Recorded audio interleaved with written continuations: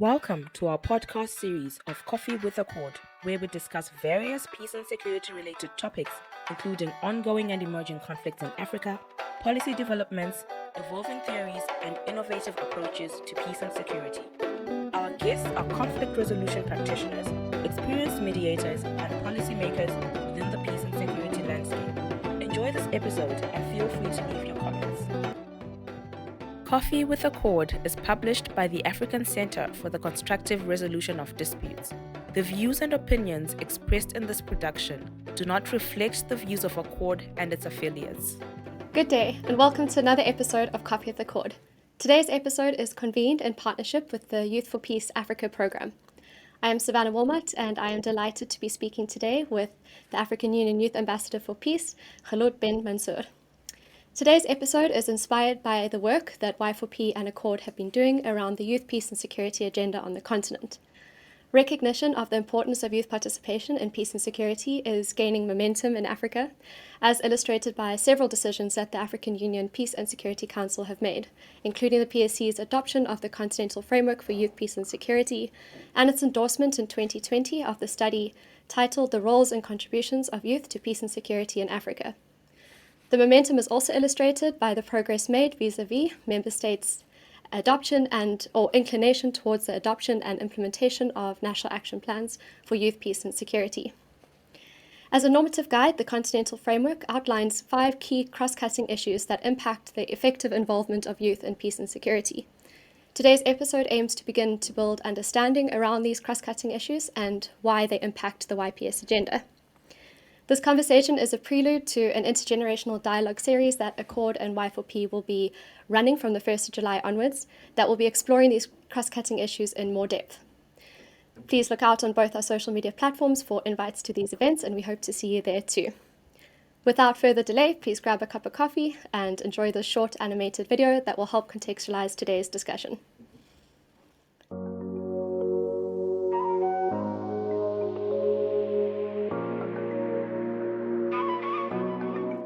In 2018, the African Union Commission Political Affairs, Peace and Security Department launched the Youth for Peace Africa program in Lagos, Nigeria, with the purpose of mainstreaming youth into the continent's peace and security agenda.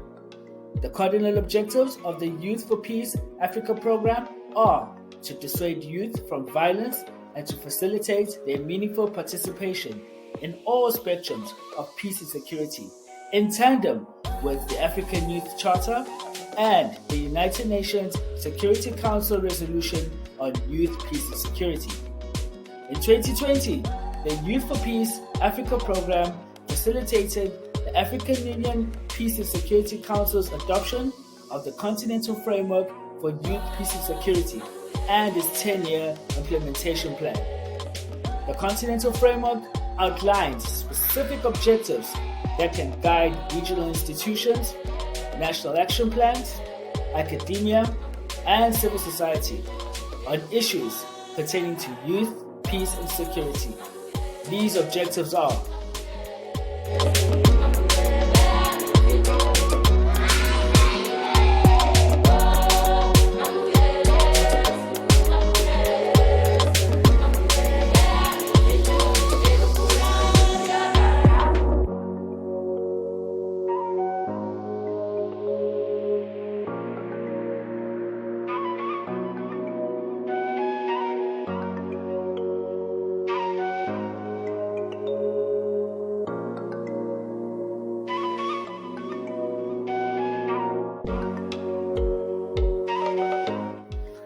the Continental Framework for Youth, Peace and Security further highlights key cross-cutting issues that should be mainstreamed to ensure the effective involvement of youth in all levels of peace building.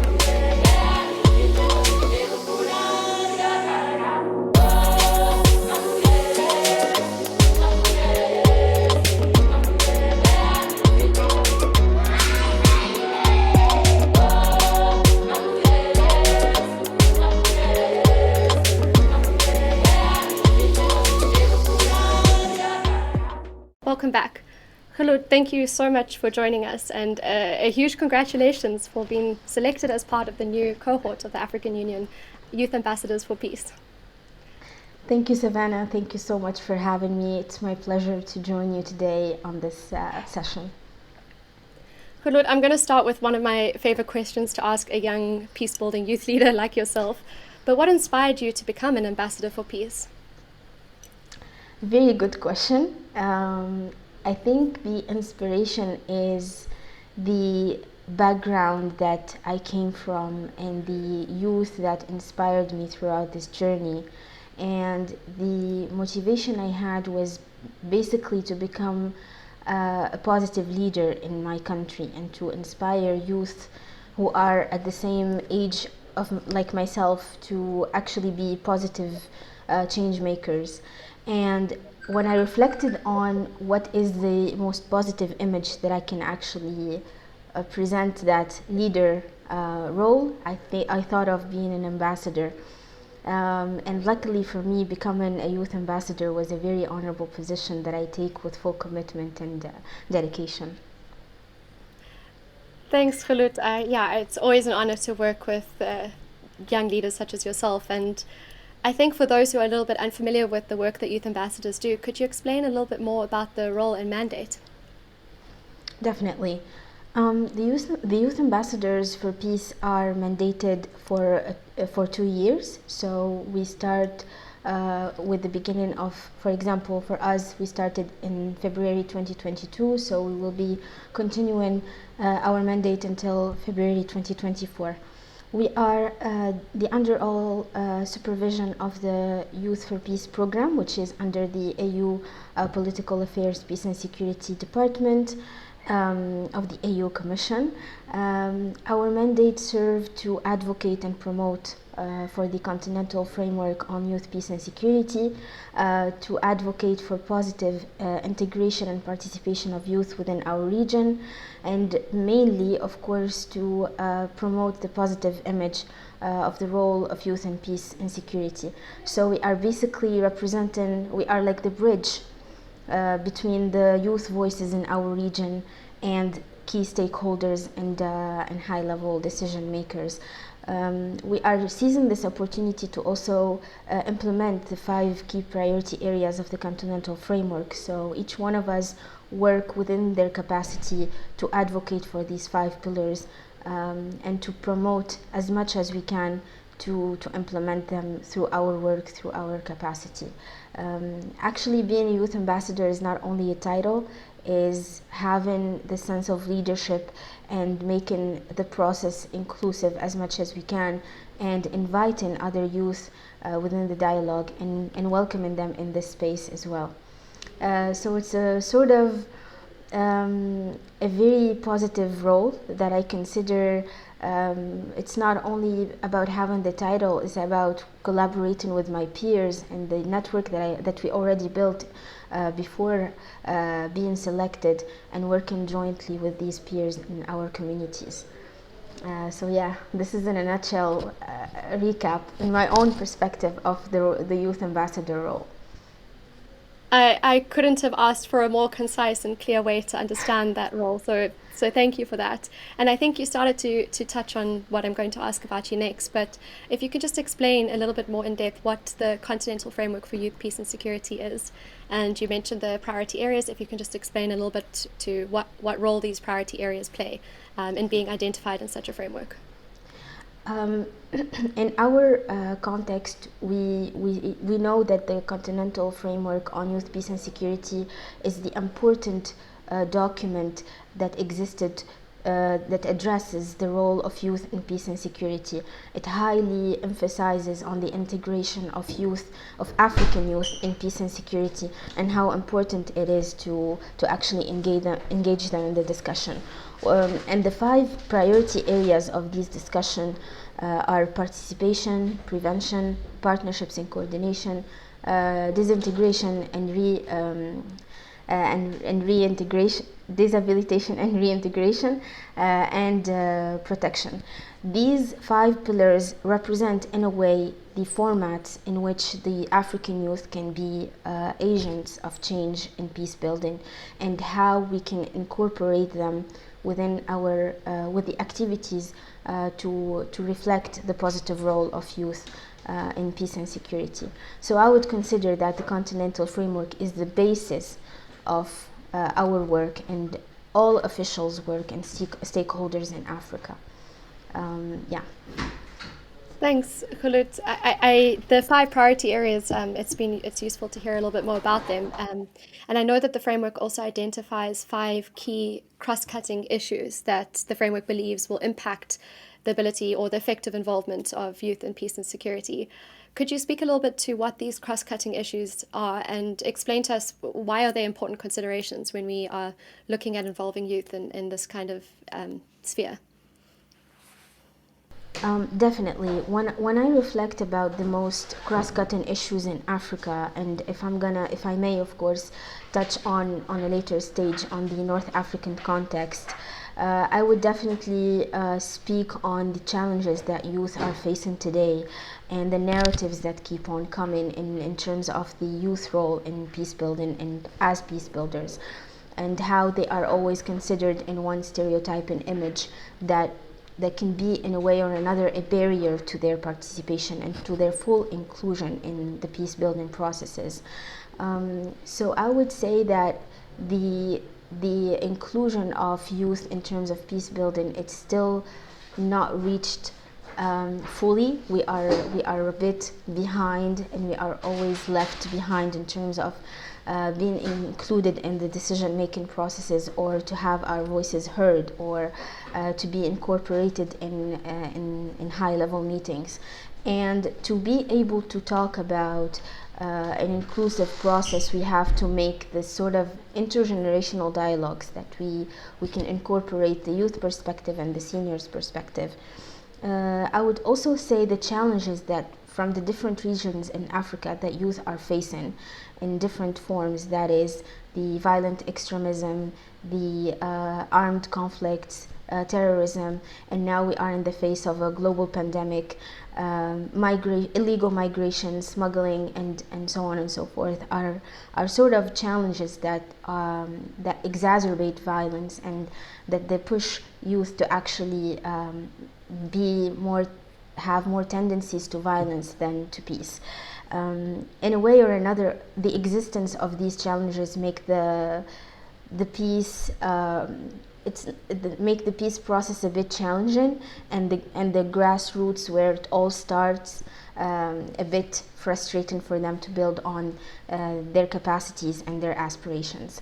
I tried to shift the question to make it more youth-oriented and to present to you the challenges from a youth perspective, because these are facts, these are the challenges that are currently holding back youth from being fully engaged in the peace-building process. But we can definitely go in depth in the next questions. Thanks, Khouloud. I think it's always useful when an IAP is able to take this sort of theoretical discussion and place it into very tangible experiences within their region. So I'm really glad you sort of touched on some of the challenges that North Africa is facing.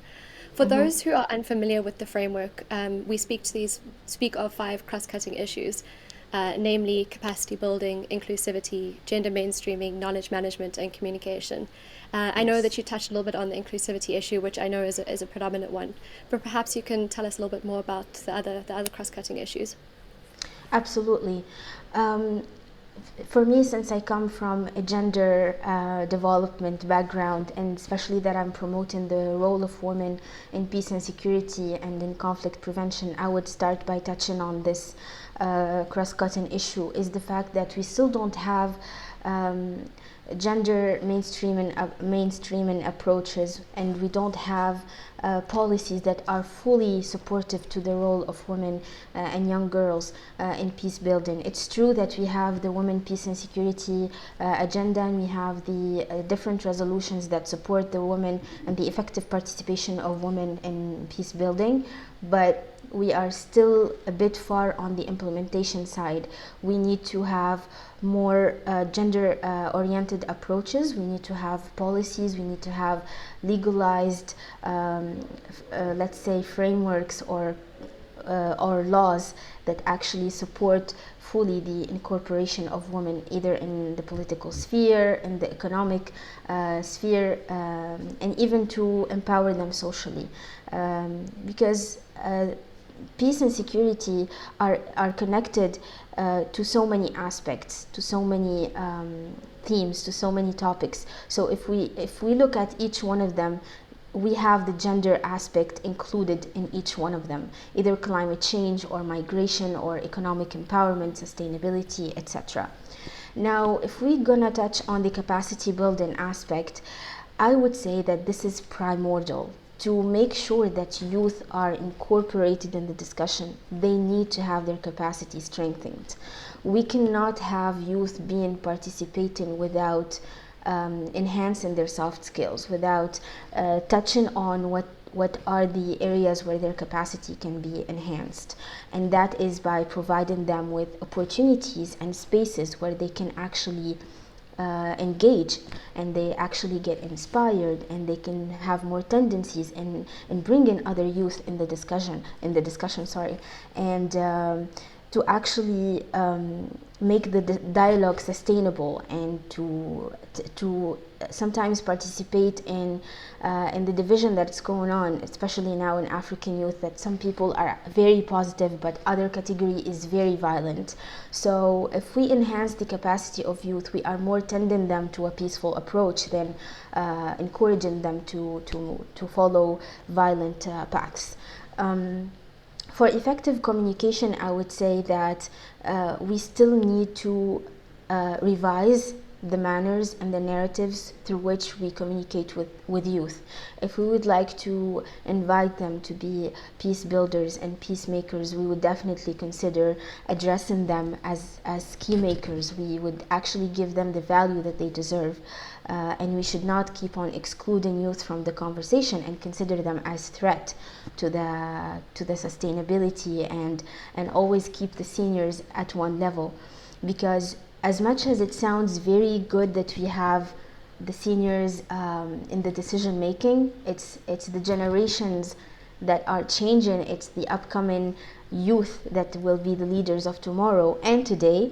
So we definitely need to communicate with them, engage with them, and hear what they have to say, and make them express themselves in a very transparent way.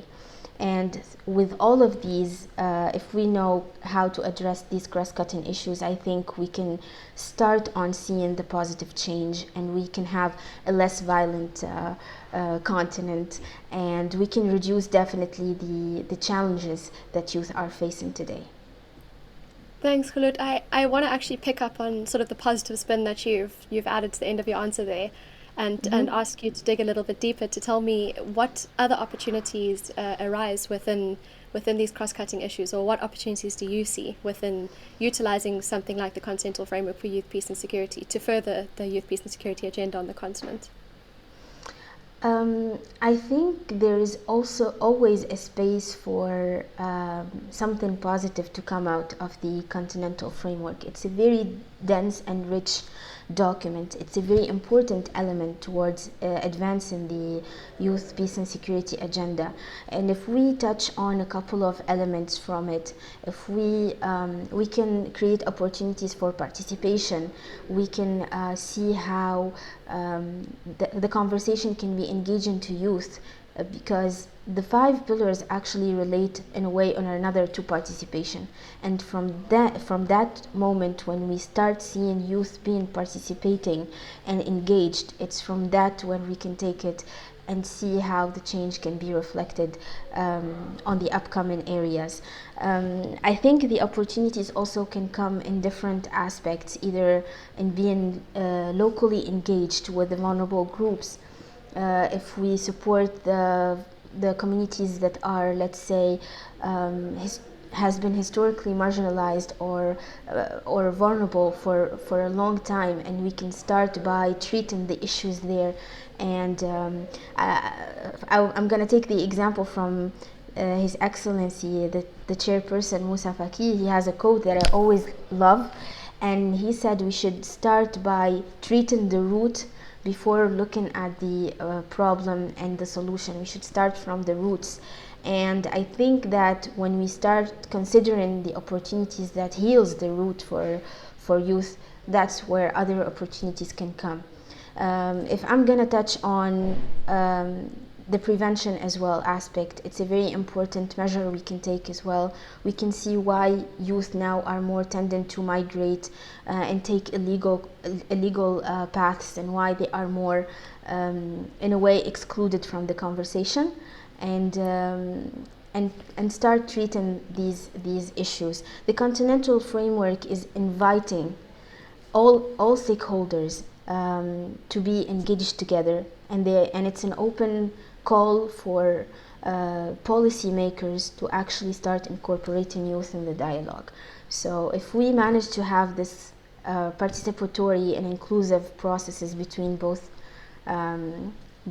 generations, that's where we start creating opportunities.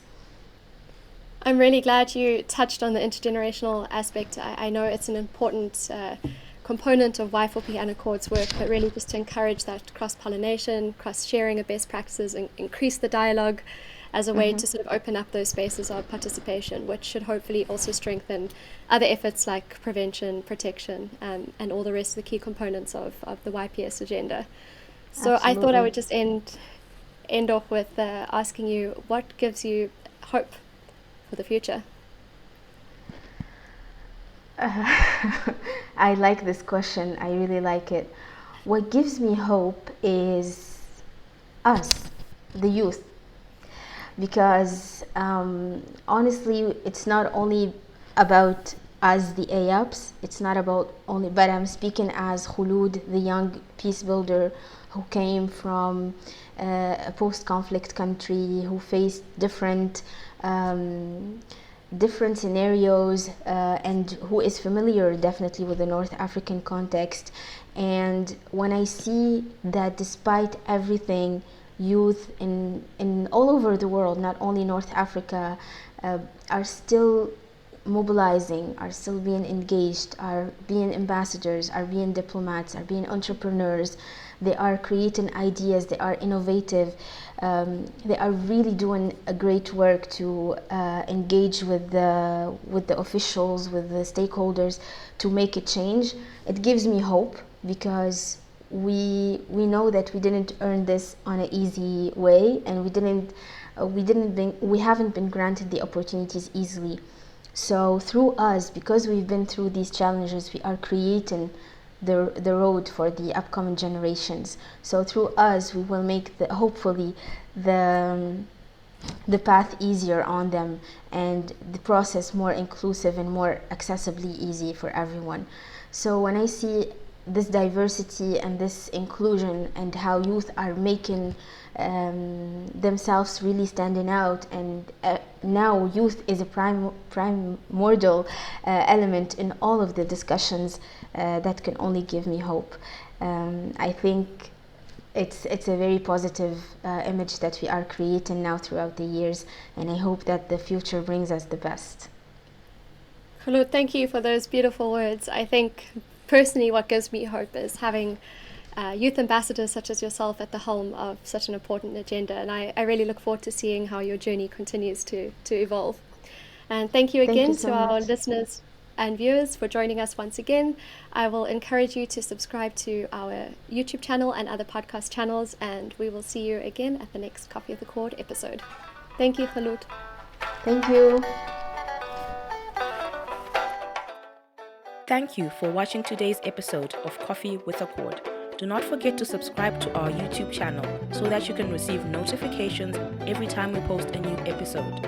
For more updates, like our Facebook page, African Center for the Constructive Resolution of Disputes, or follow us on Twitter or on Instagram at ACCORD Online. To learn more about ACCORD, visit our website www.accord.org.za.